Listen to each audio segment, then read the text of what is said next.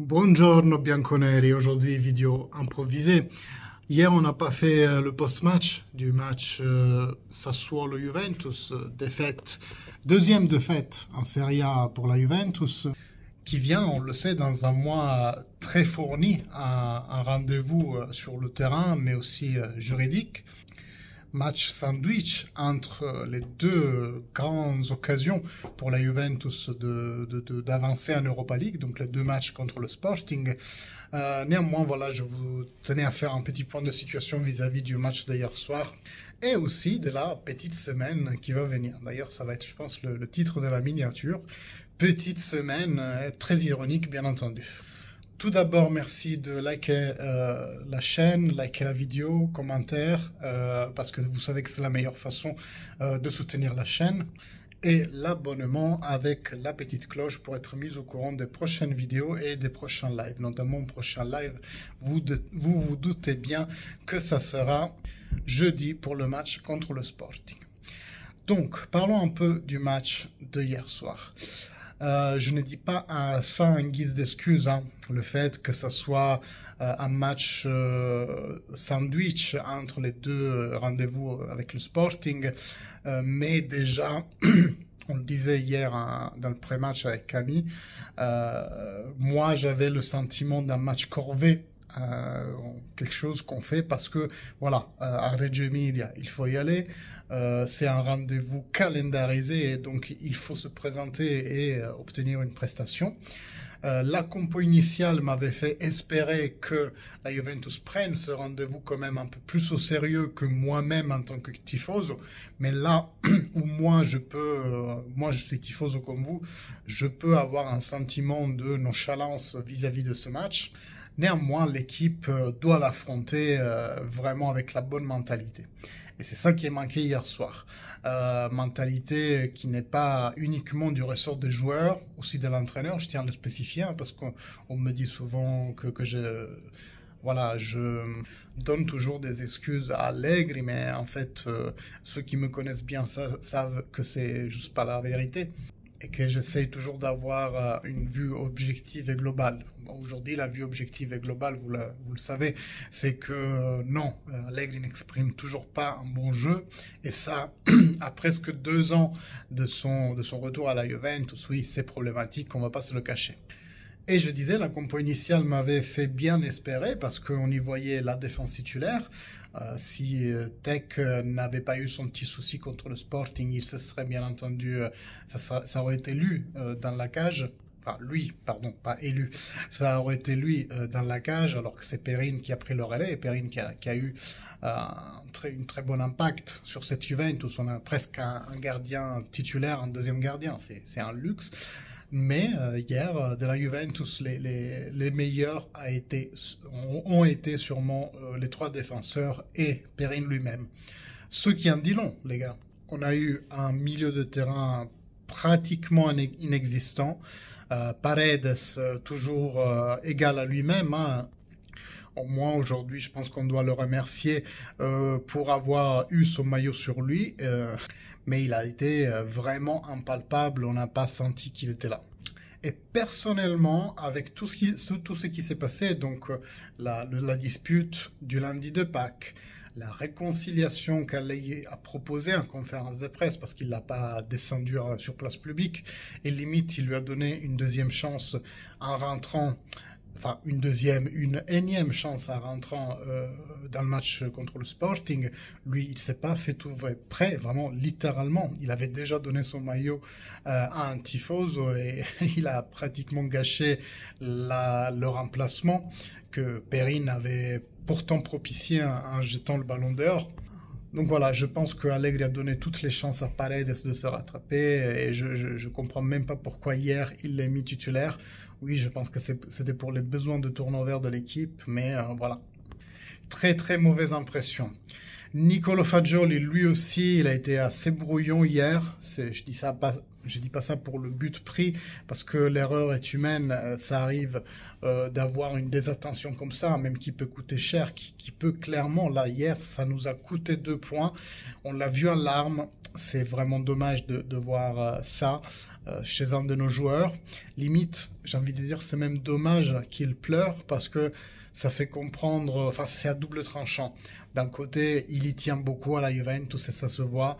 De l'autre côté, voilà, pleurer parce que t'as fait prendre un but à ton équipe dans un match pas très important, ça peut aussi jeter de l'ombre sur la personnalité, sur le charisme que tu peux dégager. Dans tous les cas, tout mon soutien à Niccolò Fagioli. Niccolò, on t'inquiète pas, ça va, ça arrive à tout le monde. La prestation n'a pas été des meilleures, mais voilà, on sait très bien qu'il va pouvoir rebondir et faire de mieux en mieux.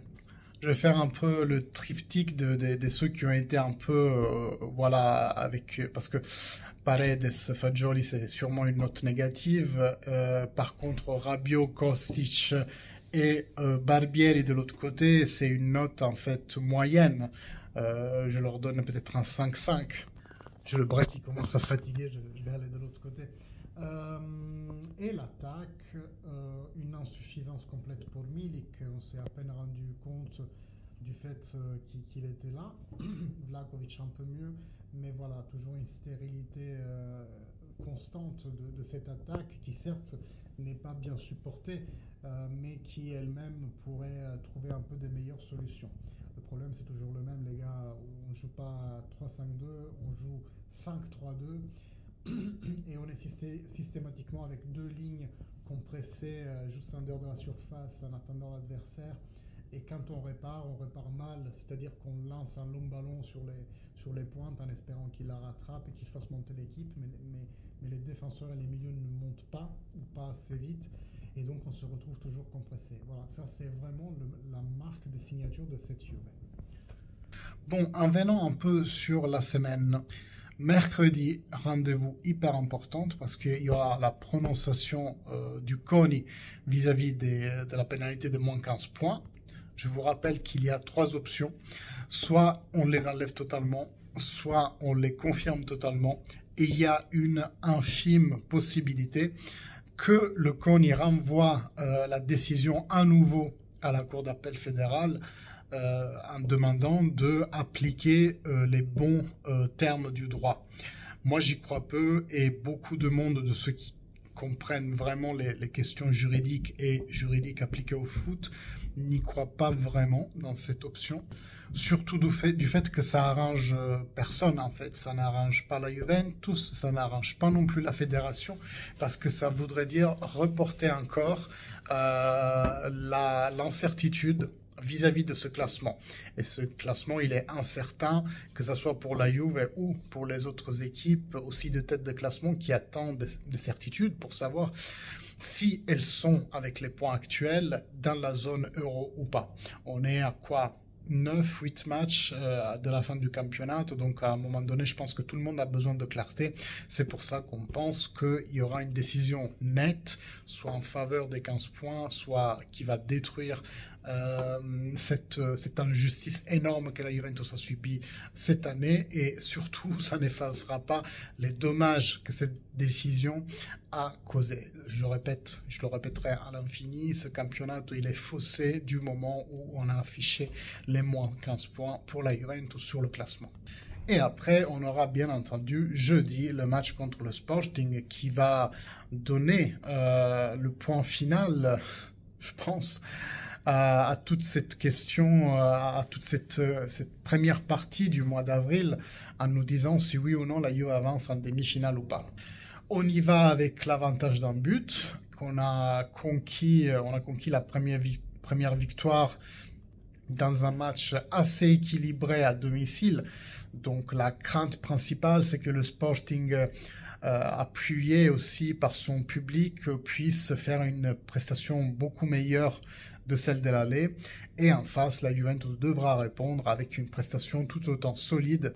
Et la meilleure option qu'on a, c'est vraiment attaquer leur phase de première construction parce que c'est là qu'ils sont le moins bons dans la partie arrière. Ils ont pas une défense de folie, mais qui dit défense dit aussi que dans la première construction, ils ont peut-être pas les pieds aussi délicats pour bien la construire. Et si on les presse pendant qu'ils essaient de construire une action, on peut récupérer un ballon en hauteur à côté, à proximité de leur cage pour leur faire mal. Mais pour ça, il faut que la Juventus ait un barycentre beaucoup plus haut de ce qu'elle a démontré dans les 3 derniers matchs. Sporting, Lazio, Sassuolo. Là, depuis ces 3 matchs, ça va vraiment pas. On voit de plus en plus celles qu'on connaît être les faiblesses de cette équipe. Faiblesses qui ne sont pas nouvelles, hein, mais là, on s'en rend compte beaucoup plus. Pourquoi? Parce qu'il n'y a pas les résultats qui vont avec. Donc aujourd'hui, la Juventus est la 3e force du championnat, parce que grâce à la défaite contre le Sassuolo, la Lazio nous est passée devant. C'est à eux vraiment maintenant de rebondir et de mettre tout sur la table pour qu'on puisse vite rebondir en coupe et en championnat. D'ailleurs, c'est d'abord la décision de justice mercredi et après le match jeudi. Donc j'espère que quelle que soit la décision, donc de confirmer les moins 15 ou de les infirmer, et on espère tous que bien entendu ils soient enlevés, mais j'espère que quelle que soit la décision, ça serve de catalyseur. Je m'explique. Si la réponse est positive, on nous enlève les 15 points, ça veut dire que peut-être le moral des joueurs pourra être boosté. Ils se verront reconnus leurs vraies valeurs qu'ils ont conquises sur le terrain.